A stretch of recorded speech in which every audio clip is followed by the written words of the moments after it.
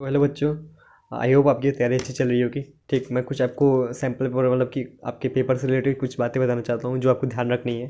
ठीक, और पेपर से 2-3 दिन पहले, 3 दिन में, जिस दिन भी टाइप को मिल सके आपको क्या करना है। ठीक, तो सबसे पहले तो देखो यार, अपने क्वेश्चन को सैम्पल पर जब आप सॉल्व कर रहे हो और जब पेपर देने जाओ तो भी आपको हमेशा हर टाइम अपने क्वेश्चन को अच्छे से पढ़ना है। ठीक, अपने क्वेश्चन को हमेशा अच्छे से पढ़ना।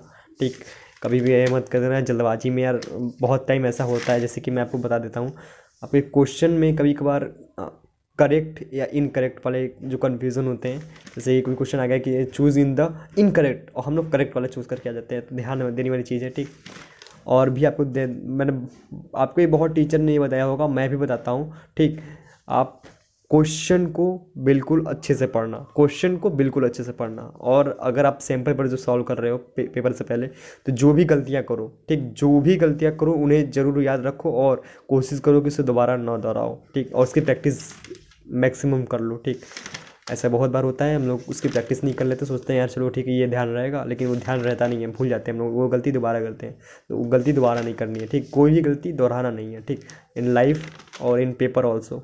ठीक, तो अब नेक्स्ट बात करते हैं। देखो, अब दूसरी बात की क्वेश्चन को तुमने अच्छे से पढ़ लिया। ठीक, अब हमारे कॉन्सेप्ट सबसे बड़ी चीज़ है, जो हमारे सिलेबस जो है रिवाइजन एग्ज़ाम के टाइम में दो ही चीज़ें याद होती हैं, जो हम लोग तुरंत तुरंत पढ़े होते हैं और जो 3-4 बार रिवाइज किए होते हैं। तो कोशिश कर लो कि आप रिवाइज करो और सैम्पल पेपर जरूर सॉल्व करना। मैं पहले भी वीडियो में कहा है और अभी भी कह रहा हूँ, सैम्पल पेपर जरूर सॉल्व करके जाना। ठीक, तो प्रैक्टिस तो इंसान को परफेक्ट बनाते ही है। ठीक, तो अभी कभी कुछ क्वेश्चन फंसेंगे आपके, तो उस क्वेश्चन को कोशिश करना है कि आप अगर सॉल्यूशन कहीं से देख लो तो दोबारा अपने से करने की कोशिश करना। ठीक, ताकि आपको समझ में आए, ठीक, क्वेश्चन याद रहे। तो आगे बढ़ते हैं। ये मैंने कुछ क्वेश्चन सॉल्व किए थे, तो उसमें मैंने कुछ गलतियाँ जो भी दिमाग में आ रही थी वो। और हाँ, आपको अगर जैसे देखिए, कभी कोई सर्किट का डायग्राम या कोई भी ऐसा कुछ डायग्राम वाला क्वेश्चन आता है, अगर उसमें कुछ डायग्राम वाला पंचायत है, तो सबसे पहले यार देखो, सुंदर सा मैं एक रफली डायग्राम बना लूँ। रफ डायग्राम बनाने से क्या होगा, आपके क्वेश्चन तो आधे वहीं सॉल्व हो जाएंगे, सीधे सीधे आपको आंसर दिखना चालू हो जाएंगे। ठीक, सीधे सीधे आंसर और फिर हो गया क्वेश्चन सॉल्व। ठीक, अब हम लोग बात करते हैं यार। देखो, हमेशा ये ध्यान रखना, जैसे कि मैं आपको एक बता देता हूँ, जैसे कि मैंने एक क्वेश्चन सॉल्व किया था। यहाँ पे देखिए, एक क्वेश्चन का ये पूछा था, ये क्वेश्चन था। ठीक, ये क्वेश्चन में क्या हुआ था, यहाँ पर मेरा आंसर तो आ गया था, लेकिन मेरा आंसर मैच नहीं कर रहा था इनमें से। क्यों नहीं मैच कर रहा था, क्योंकि भाई मेरा यहाँ पे एक इसको आंसर में मिलाना बाकी रह गया था। ठीक, तो जब मिलाया तो मैंने इस पर डायरेक्ट टिक लगा दिया, लेकिन ये गलत था। मैंने जब ध्यान से देखा तो ये आंसर सही था।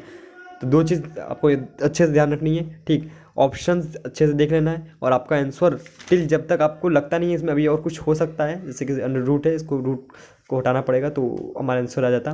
तो ये सब चीज़ ध्यान रखने वाली चीज़ है, आपको क्वेश्चन अच्छे से पढ़ना है। ठीक, क्वेश्चन भी और ऑप्शन भी उलझा सकता है आपको। ठीक, तो इसलिए एकदम दिमाग को एकदम फ्री रखना, एकदम टेंशन फ्री रहना।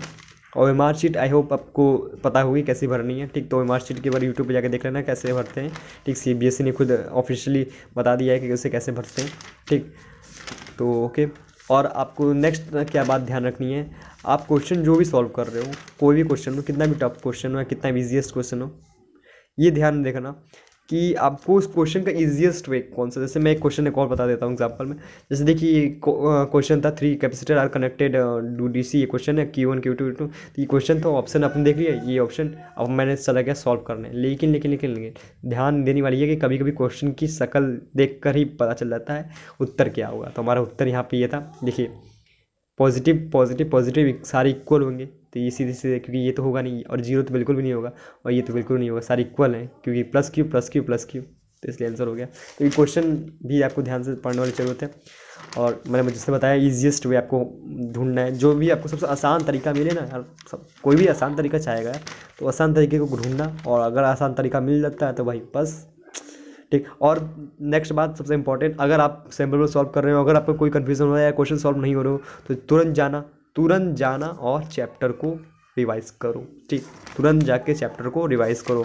ठीक, तब तक के लिए इस वीडियो में इतना ही। अपने पेपर को बेस्ट तैयारी कीजिएगा। Wish you all the best. तब तक के लिए टाटा बाय बाय।